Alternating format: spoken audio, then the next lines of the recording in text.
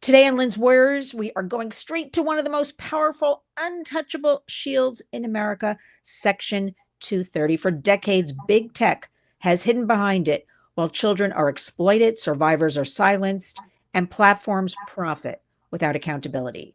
That shield may finally be cracking. I am joined by Dani Pinter, attorney with the National Center on Sexual Exploitation in Washington, D.C., who has been fighting on the front lines to expose how Section 230 has protected predators more than victims. We are talking about what sunsetting Section 230 really means, who is scared, why it matters right now, and how survivors could finally see justice instead of excuses. The conversation is a big one, and big tech does not want you to hear what we are about to say, but you got to stay right here on the Warriors. Dani Pinter serves as chief legal officer and director of the National Center on Sexual Exploitation Law Center. In this role, Dani plays a key role in NCOSE. Now, everybody should know NCOSE stands for National Center on Sexual Exploitation, advocacy, strategy, and oversees NCOSE's litigation department, appellate, advocacy, and public policy work. Oh, that's a mouthful, Dani.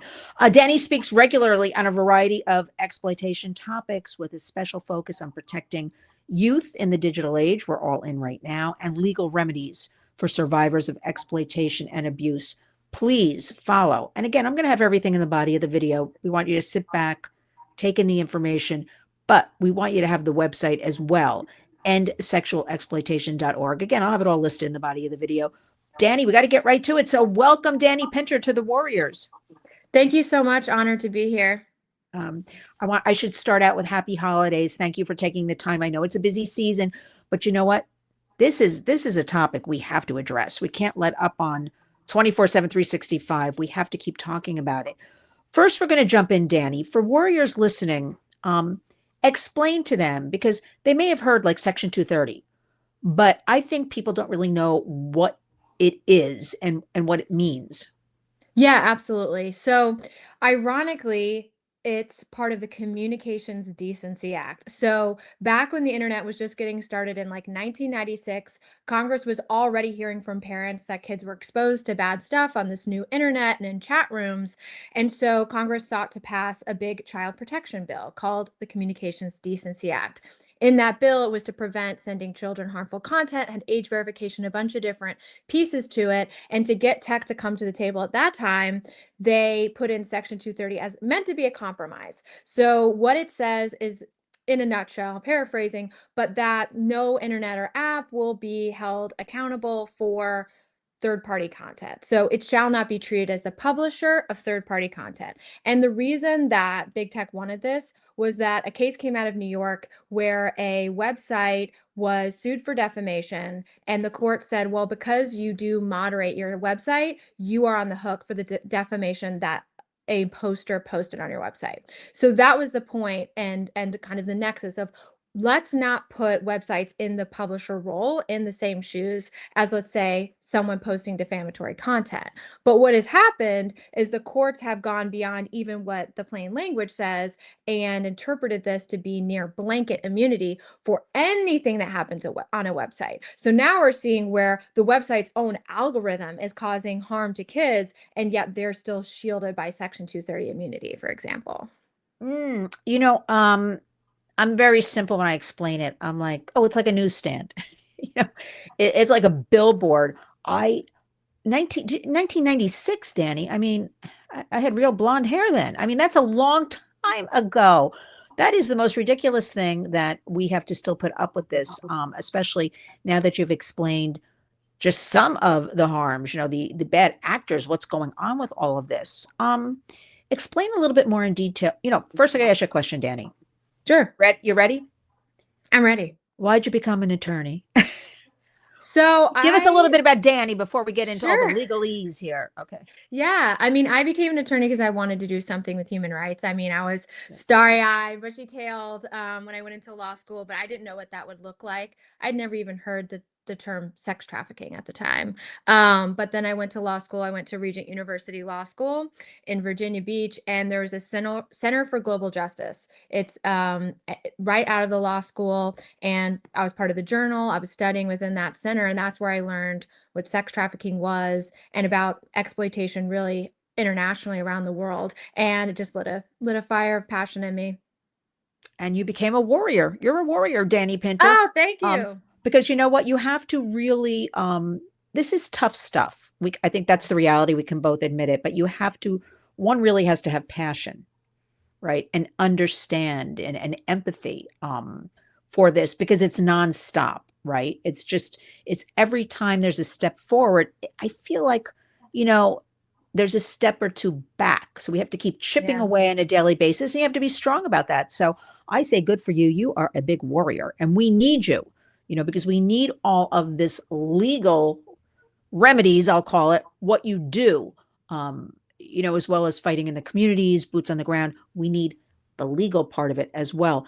Explain a little bit about, go into how Section 230, how did they, because I can see, Dani, how it started out. Yeah. I mean, it was 1996. What did we have? Like MySpace? I don't even know what we had then. Two things.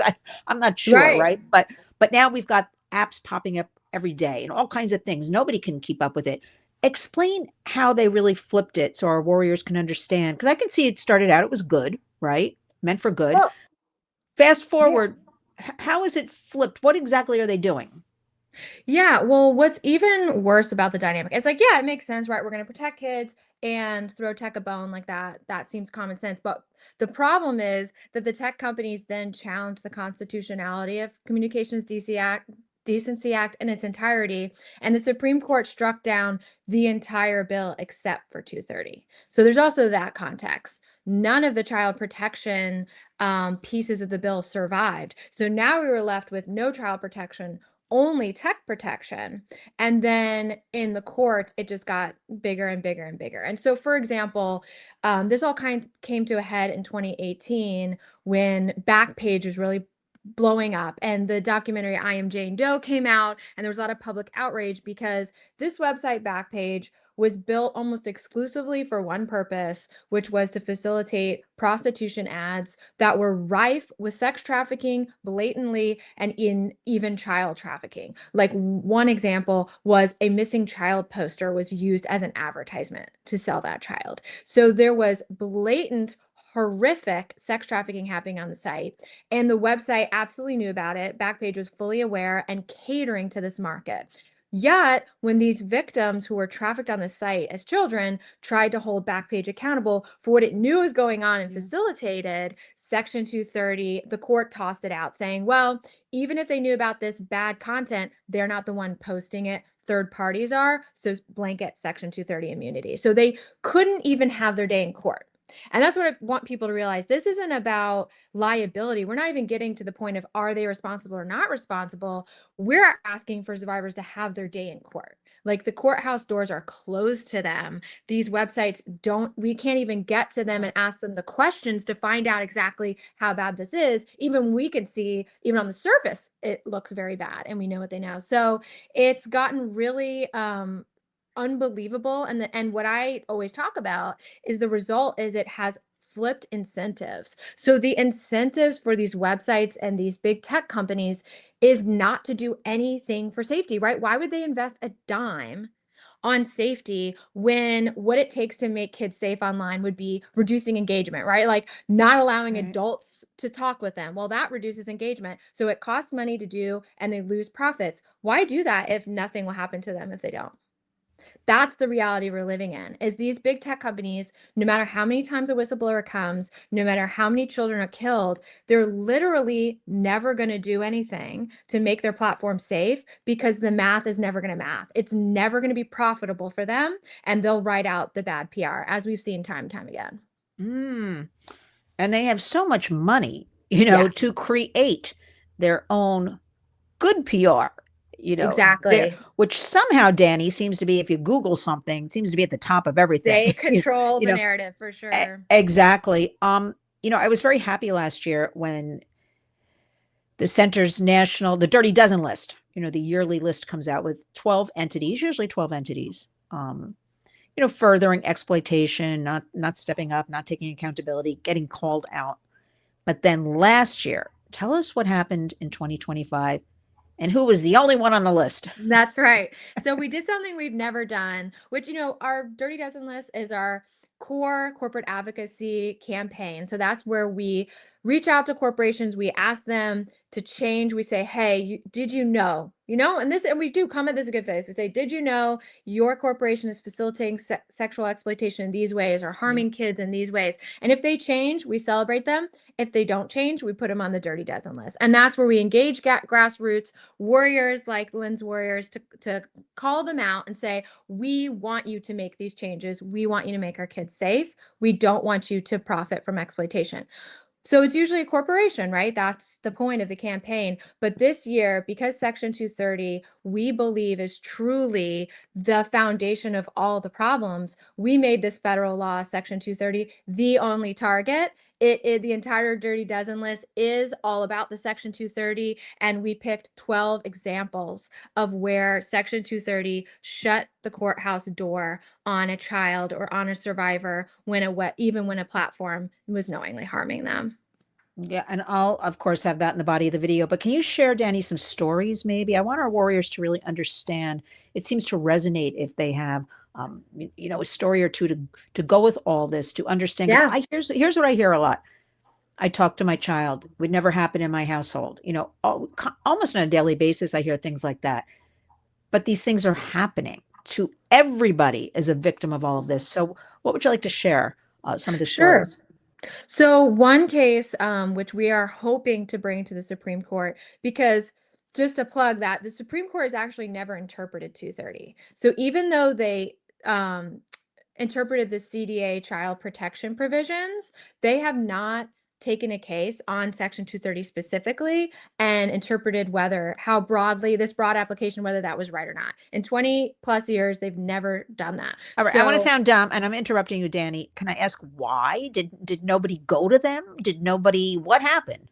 Multiple cases have tried. So you have to file a petition for cert, right? You say, Supreme Court, please review my case. Many have tried and they've just never taken a case. A couple times the court has signaled, we absolutely want to take a case. Justice Thomas, for example, has even expressed, I'm very doubtful that this broad immunity that would, for example, immunize a platform for child exploitation, I'm very doubtful of that, but this isn't the right case. So that's essentially what they've said. This just isn't the right case for whatever reason, but we're going to do it. So we're hopeful that we're going to bring a case there. Our Twitter case, now, of course, it's called X. So I'll tell you a little bit about that because it hit very close to home for me because the experience of these children literally could happen to anyone, to your point, Lynn. So we represent two 13-year-old boys. They are from Florida, just like from good, normal, happy homes. They were hanging out and on Snapchat when they receive a snap from someone pretending to be a 16-year-old girl in their town, like sent a picture of the local high school, did a little plug. So the children thought this was authentic and she's flirting with them, right? So they're 13. They think they're talking to a 16-year-old girl. They're excited, of course. And she sends a nude image. And then she asks for a nude image back. And so, of course, what 13-year-old boy is equipped to deal with this situation? It could happen to anyone. And they sent one back. And then once they had sent a compromising photo back, that's when the flip switched and it became a blackmail situation. And the person on the other end said, if you don't send me more, if you don't do these more graphic things, I'm going to send these images you already sent me to your pastor, your baseball coach, your principal, all these things, and knew who these people were, right? Because they're able to look at these kids' social media and see the people in their community. And so, unfortunately, the kids were complying with this for a while, hoping the blackmail would end. Then they just delete the app and hope nothing happens. It seems to go silent for a while. And then 3 years later, when they're in high school, so now they're 16, the images that they had sent were now circulating all over then Twitter in a compilation video, and the entire school knew. One child just stopped going to school. The other child, his mom, received a call, hey, my kid just said your child is contemplating ending his life. And so that's when she first became aware this even happened, ran in, spoke to him. And of course, like, thankfully, she was able to, remind her child, of course, I love you. Like, we can get through this. And so then she started helping her son. So thankfully, because he had such beautiful parents, it's going to be okay. But she reached out to Twitter. Twitter ignored her. The son reached out to Twitter multiple times. Finally, Twitter responds and says, okay, we've received your complaint. Send us your ID to prove you're the child in the image. Luckily, he was 16 and had a driver's license. If he was 13, I'm not really sure what he could have done. But he did send in his driver's license, proved it was him. Twitter engages with him again and says, we've reviewed the content. This is child pornography under the law. Yeah. We call it CSAM, child sexual abuse material. But this is contraband, serious contraband. Twitter says, we've reviewed it and we're not taking any action. We don't find any violation of our terms. So the utter despair this child felt, he actually did get a hold of someone. Someone reviewed it, reviewed his ID, and refused to take it down. It continued to circulate because, our theory is it was making them money. They looked at that post. It had over 160,000 views, tons of comments, tons of engagement, and they had a lot of content like this on their site. And that's how we think they're doing business. They're just not going to remove stuff because nothing can happen. And so we sued Twitter, alleging that once they knew they were in possession of CSAM, they had their own responsibilities and duties, right? Like, that's a crime that they should be held responsible for. And so we've gone up and down, where got past 230 on some issues, appealed, they appealed, went back down. The district court ended up tossing out the entire case, saying they were immune under Section 230 for all of it. We appealed to the Ninth Circuit, and the Ninth Circuit, it was kind of a mixed bag. The Ninth Circuit said that some of our products liability claims could get past 230 because we alleged that as a product, Twitter made it like impossible to even report CSAM, and it made it intentionally difficult. So the court said you can proceed past 230 on those claims, but as far as the sex trafficking and the possession of CSAM, essentially the court said, we just don't think this is enough.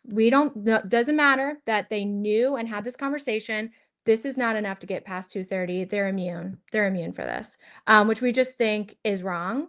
We think our facts are really clean and that it's not really ambiguous what they knew because they talked to our child. And so that's why we want to take this to the Supreme Court. But what hope can any of us have if you put a website on notice of the most egregious content imaginable and they continue to circulate it and there's no accountability?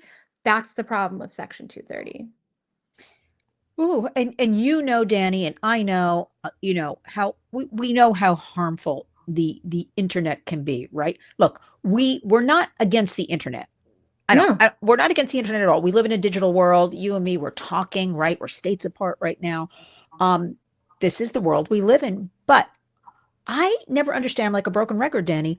Why are children, I, I know because they're making a lot of money. There is no accountability for these big tech platforms, which is why I'm digressing here a little bit, Dani. Stick with me. We've been working at the Warriors very hard on the Kids Online Safety Act, and even COPPA 2.0, where they want to call now, 13 a digital adult. And to me, that's so shocking. A 13-year-old digital adult, and then taking out the duty of care, the one thing that was kind of, in my opinion, sticking for COSA that would finally, perhaps, and even that was watered down, right? Yeah. To hold big tech accountable, because they are just going to keep, it's profit over people. That is the bottom line, as disgusting as that sound. And frankly, to play devil's advocate, why should they stop doing anything if nobody's stopping them, right? Exactly. They have to be stopped. So it's very upsetting right now for a lot of parents out there that have been working towards, Kids Online Safety Act and COPPA 2.0, and seeing how it's not taken seriously, the whole thing, and how, big tech's at the table, kind of ruling the roost, runaway train. Exactly. What do you think we've seen? So you revealed that one story, okay, that you're dealing with, right? The lawsuit and all, but there's so many more like that. We don't even hear about, right? And parents don't know what to do. Our kids are embarrassed. But the bottom line is that would be called, I guess, Dani, a case of sextortion. Would you call? Yes. That would be, which there has been, I don't want to say happily, that's the wrong word. At least in the media, there's been more talk about sextortion, We're always explaining how easily it can happen to anybody. And, I used to think it's always vulnerable communities, Mhm. but now because of the internet, these things can happen to anybody. It Yeah. does not matter. What do you think? Explain what repealing or explain sunsetting. Because I'm like, Danny, I was in Washington the other day and I'm like, we're going to kick this Section 230 to the curb. They're like, oh, you mean sunsetting? I'm like, call it what you want. I'm kicking it to the curb, but explain exactly what sunsetting means or repealing it. Yeah, I mean, I'm surprised they even pushed back because I reviewed the sunset bill and it is a repeat bill. It just gives, I think the word sunset is to give them time. So instead of most of the time, if you pass a law to repeal another law, it's effective immediately. And so this would give a sort of wind down period, but the effect would be it would be repealed. This bill repeals it means it erases it from the code and erasing it from everywhere it's referenced in the code. So Section 230 is kind of referenced in a lot of communications, internet type bills, where our federal regulators might reference it. And this bill wipes it away. So it would kick it to the curb, which is music to my ears. You know what, Danny? Like I'm from New York and somewhat serious in Washington sometimes. I'm just to kick this thing to the curb, but they're very seriously. We call it sunsetting. Oh, okay, whatever you want to call it. I'm kicking it to the curb. Let me ask you because I've read things where okay, if we sunset or kick it to the curb, as I say, Section 230, the internet would break. Oh What God. would really happen if this would everybody be suing everybody? Like what would be happening here? Yeah, I mean, I think that's fear mongering, in my opinion. Mhm. And what I want us to bring us back to reality is every other industry has to face liability. Yes. Now, we see problems with it and we bemoan it and it can get abused. Of course, that's all true. But at the same time, it is just something every other industry has to deal with.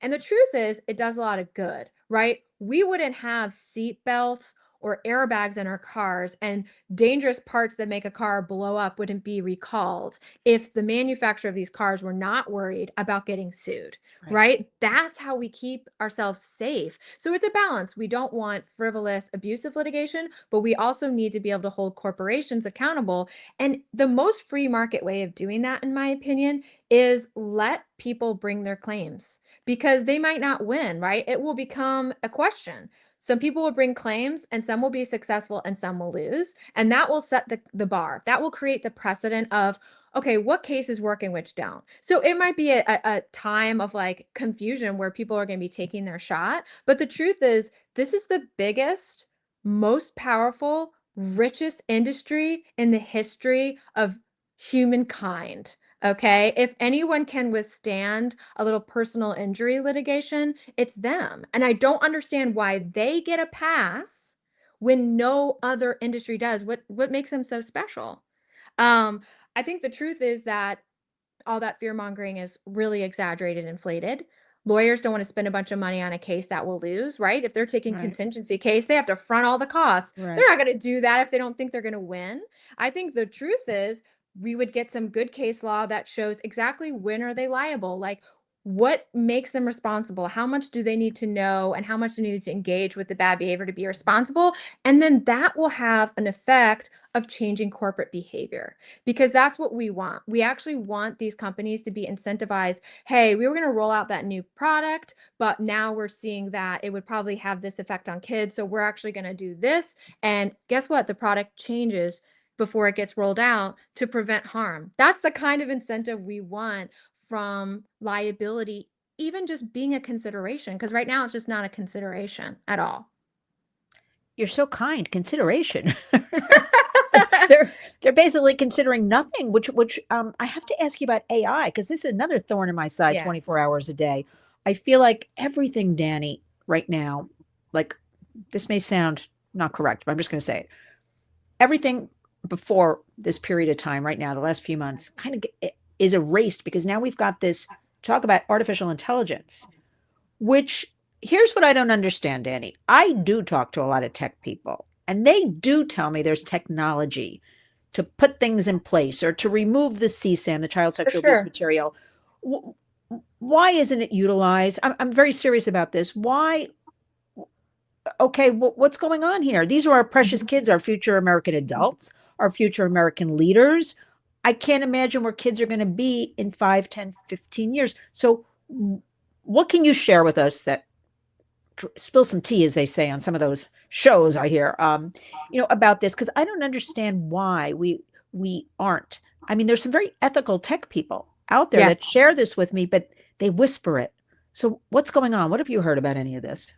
Well, I believe that there's a concentrated effort of big tech to create a similar liability shield for AI that they have with Section 230. We've seen it time and time again with the moratorium that started last summer. Yeah. Then it became a preemption. They tried to sneak into 19 child protection bills right before Thanksgiving. There's this constant attempt to prevent any kind of regulation of AI. And I think that's purposeful because I think there's a philosophy of the tech industry that, and it's just kind of human nature, right? Like right now, they're accountable to no one. Right. Imagine an industry accountable to no one. And I truly believe philosophically they see even a chink in that armor, even one bit of accountability, even for something worthy like child exploitation, they want to hold the line. They're not willing to give up even a slight chink in that complete ballast of accountability. And I think, unfortunately, like all the tech industry is somewhat complicit in that. I mean, it's not true. There's good ones who are on our side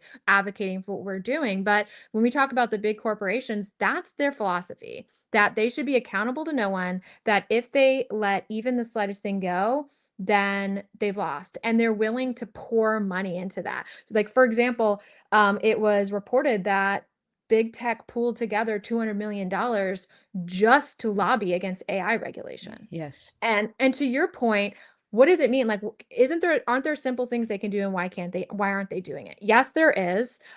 There's even just right now, there's a hashing system. It's super old. Look, it's not even difficult technology. We've been using it for decades, which is what the National Center for Missing and Exploited Children use to find known CSAM and take it down. And any website or app, or let's say AI product that wanted to opt in to the hashing system so that any image filtered through that before it became public or before it uploaded into the AI model could use that to keep CSAM out.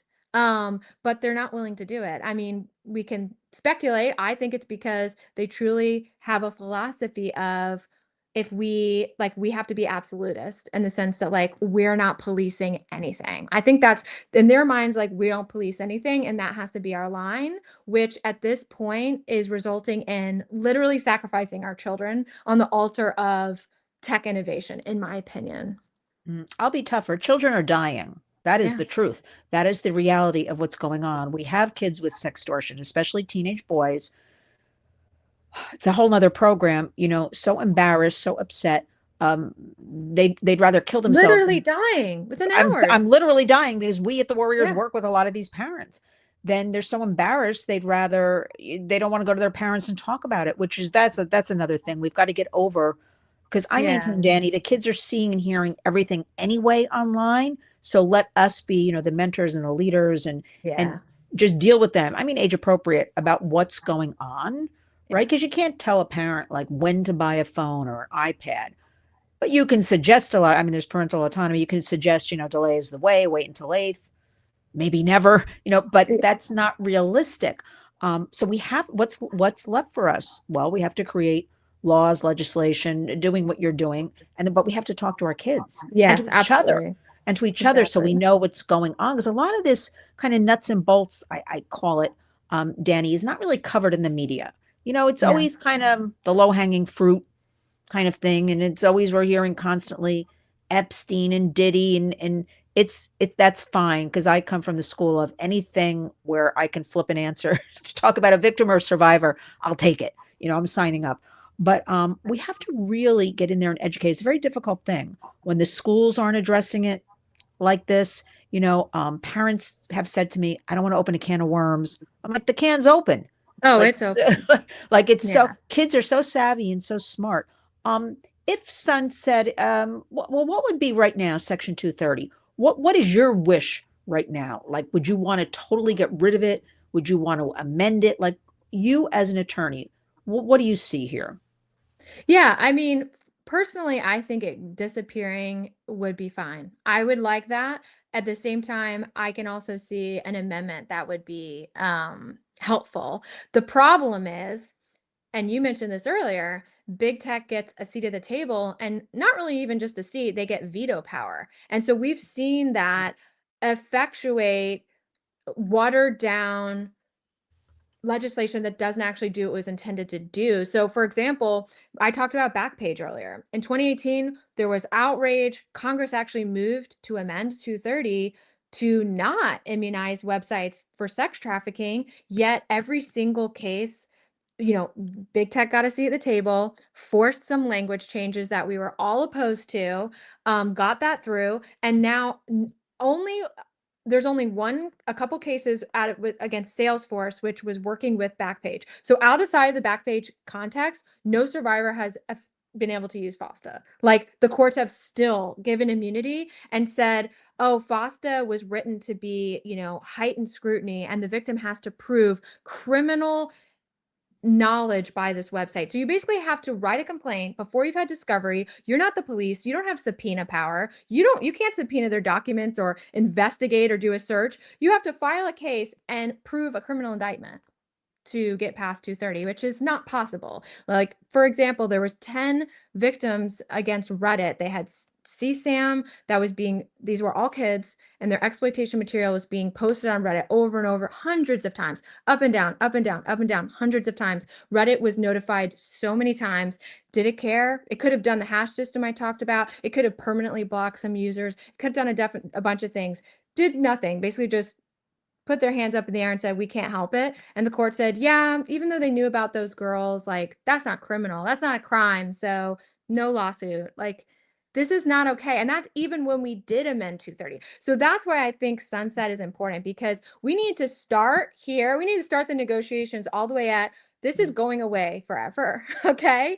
And if there is going to be an amendment that meets somewhere in the middle and needs to actually have meaningful reform that would provide pathways to justice for people exploited, when the platform is responsible, when they know, when they facilitate, when they engage with it, when they're doing something wrong. Like, we're not trying to hold a website accountable for something they had no idea about and couldn't have done anything about, right? We're talking about websites who know they're harming kids. Like, do something about that. That's all we're talking about here. So if we can meet somewhere in the middle where an amendment would keep out, let's say, the defamation lawsuits, like, I'm not an expert in defamation, but I can understand why we don't necessarily want to open the door there. But we do want to open the door if a platform is like partnering with sex traffickers and Yep. making money off CSAM.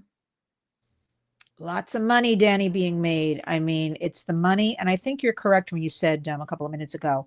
I think they're absolute. I think they're just power.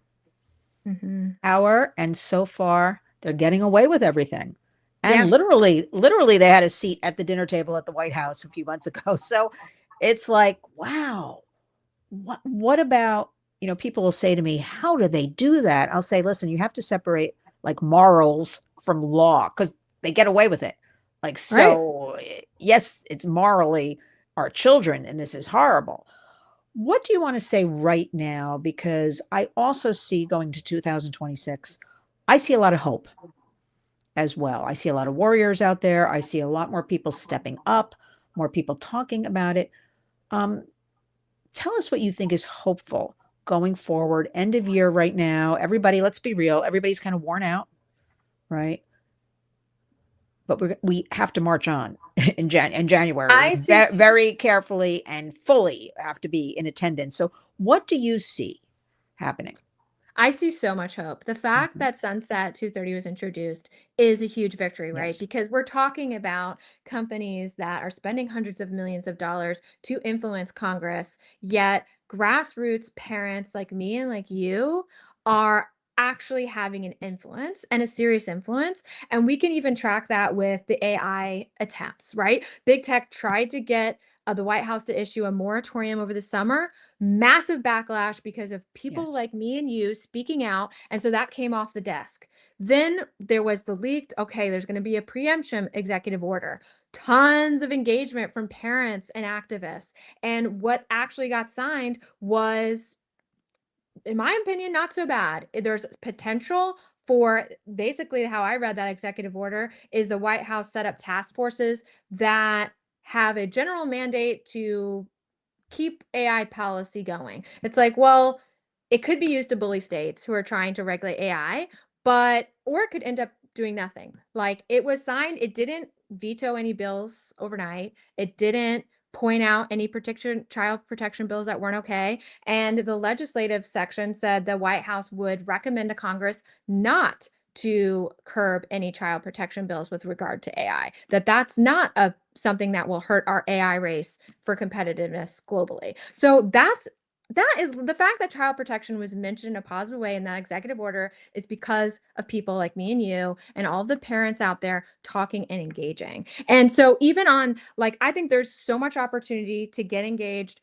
come January when the session opens again. We do some action items. I'm sure you do too. Like, for that executive order, for example, for AI, like, I would love it if everybody wrote to the DOJ, because it set up a task force on AI in the DOJ, Yeah. write to DOJ and say, hey, when you are looking at these state AI bills, please don't attack any child protection AI bills. Please don't attack those. Maybe there's some other bogus ones out there. I won't pretend to know everything about AI, but we need common sense regulation on AI. Like, for example, Meta, it got released that their chatbots, which we know have already coached at least one or two children, right, to end their own life, right? This is a emotive chatbot specifically programmed to engage with children. And Meta affirmatively click the switch so that it would engage in sensual conversations with children. They could have said no sensual conversations. They said yes, sensual conversations with children. Like, those are the kinds of decisions they should not be able to make without consequences. So if a state wants to hold Meta accountable or prohibit sensual AI chatbots engaging with children, they should be able to do it. So it's like, we can write to the DOJ and say, DOJ, don't mess with those states doing that. I'm Protect putting those child protection that bills. that's the Warriors' homework. I'm putting that for the DOJ. But I'm so concerned when let me just ask you something. This preemption. So I just imagine a lot going on because I basically say to Warriors like it means they're going to erase, attack state laws, right? We have a very strong one, pretty strong one, the Raise Act here in New York right now. I imagine though with this executive order, there's going to be a lot of lawsuits happening with the states. The pushback. What can you share about that? Because we can't just erase good work being done or in the process of being done across the country. And frankly, that's not American. you know. Exactly. But Yeah. so what do you think? So that to me was a little confusing. We have an executive order and Right. now we got a lot going on with that. But how do you see this playing out a little bit? Lawsuits for the next 4 or 5 years? What's happening? Well, that's the fear, right? So it says this task force is supposed to sue states that are not in But Dani, alignment let me ask with. you something. I'm interrupting. Yeah. Who are the people on this task force? Who picked them? Because I saw one on television, no names, and she doesn't know what she's talking about. and and she just kept saying it's AI is great for kids, but she never said once, nor was she asked, like, oh, explain why. Like, what's so great, or what is that rollout with this K through 12 program we've heard about from our first lady? Like, because all the teachers, I talked to a lot of teachers across the United States. I talked to schools. I talked to parents and kids. Like nobody, there's not one uniform anything about this. Right. So who's picking these people? I'm concerned about this. Do we know anything about Yeah. that? Because can we apply? Like what do we do? Why aren't you Great on that point. task force? We need you on that. I don't know if you can do it because you're an attorney, but like who's on the task force? This is my question. I mean, AI is just a tool to product, right? Like, it's like, and in my mind, it's a dangerous one. It's like a knife. Knives aren't evil. It's just dangerous. So sure, kids could use scissors or knives for a good purpose, but they can also really hurt themselves. And we need to just view it like that, right? We have to make sure we Yeah. keep dangerous products out of kids or we help them use them safely and with supervision. So it's not, they love to pin false choices like all AI, like everything unrestricted AI or no AI. It's like, no, we want common sense regulations that protects kids. So the executive order tasked the DOJ with creating the task force. So I doubt that Mm. that task force is created already. And then it tasked them generally with suing states that conflict with the federal policy, which is that we have an AI that is competitive globally, which means minimal regulation. So not no regulation, but you can see where that can go really great or really bad. And this task force is also required to consult with basically the AIs are and the cryptocurrencies are. So that's where big red flags happen Well, for wait a me. minute. How Stop. about consult with child protection experts? Exactly. Our AI czar, crypto czar, hasn't been doing, I'll just leave it. Hasn't been doing the public too many favors lately. You know what I mean? It's just kind of, I'll just leave, I'll leave Well, it at it's that. It's that's one perspective, right? Like, of course, the AIs are has his own agenda that is to advance AI globally. So if this task force to consult with them, then I would say the task force should also be consulting with other stakeholders, like child yes. protection stakeholders, or I don't know, states' interests, maybe something to do with states' interests and federalism, because states should be able to do No, things like, exactly. But Danny, why didn't they do all of this? We have the history of the internet, right? We know what has happened. We've learned a lot, right? We've learned a lot since 2008, the advent of the iPhone and mental health on kids. We've learned a lot, right? We did what that we didn't know starting in yeah. 1996, 1998. How come before they rolled all this out, why wasn't this piece, why didn't they delve into it more? Why didn't they have more research done and the pieces in place instead of just, again, throwing it at the public? Do we know this? Because I Perfect. would say, Mhm. why didn't they do that? It's a perfect it's a great question because I have the same kind of questions. Like for example, in the executive order, it talks about preempting states because we're going to have a federal regulation. We're going to have a federal, policy. But what is it though? We don't have it yet. Like you're stopping states before we actually have. What is this Right. federal policy? How about That's you what I'm do that saying. That's what I'm first? saying. What is it? What's going Do on? that first, Right. and then the states can actually look at what you have and decide if they need to do more or whatever, right? Like you're trying to stop states who can move more quickly than Congress before we actually have Yeah. anything. And I mean, to me, I don't know. Of course, like I don't know. I saw this executive order as just initiating something, authorizing something.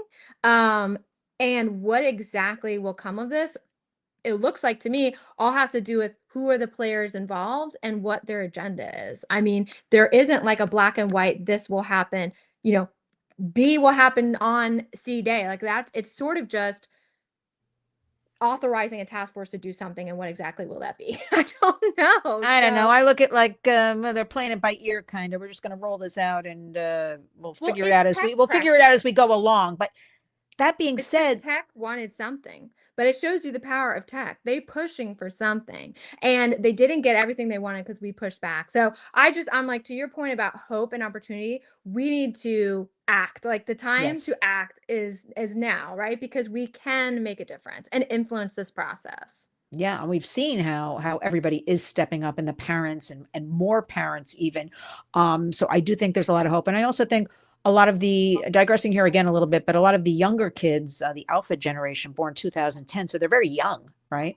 There are a couple of studies out, Danny, that say you may have seen them. They're putting down devices more.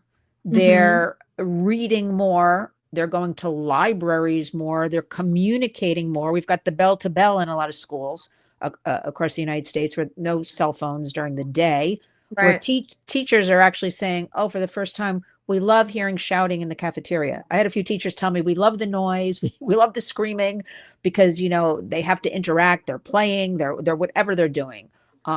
So there are a lot of good things happening, Yeah. but we have to remain vigilant and on top of it and keep talking about it. Finish this up. I know there's a lot happening. There's things happening with Pornhub. There's things, anything you want to share with us before I let you go? I could talk to you for 8 hours, maybe 10 hours, but you promise me you'll come back because there are a lot of issues that we have to keep making everybody aware of or give them food for thought or something that they can talk to their child. I'm about to become a grandmother any minute and I'm Oh, concerned. congratulations. Thank you, but I'm concerned, Yeah. right? Just this world is very different. But what should our warriors what else should they be looking at? What's happening? What Yeah, other well, things?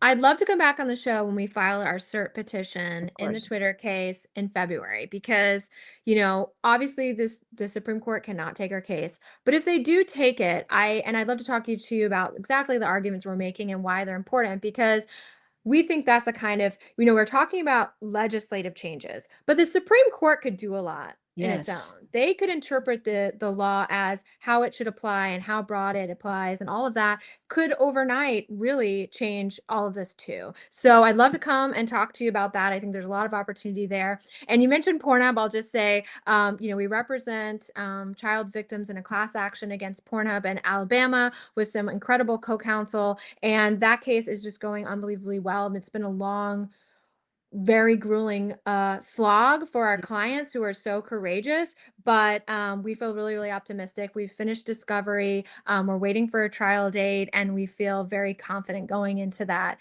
that there will be some accountability finally. Well, Dani Pinter, I feel confident that you're on the scene, that you're there, and that you're working on all this. I know it's not easy. We're here to support you in every way possible. The website, everybody, is endsexualexploitation.org. I want to say to you, Dani, from the bottom of my warrior heart here, thank you for standing with victims and survivors and doing this hard work that needs to be done, because these corporations are very powerful, these institutions. And your fight at the National Center on Sexual Exploitation and the center itself doing fantastic, nonstop work. I can't do my job without NCOSE. I'll just say that. And you refuse to accept what's going on. And you're fighting hard for children and families, which equals community, which equals everybody in the United States, which I guess, Dani, equals around the globe kind of thing.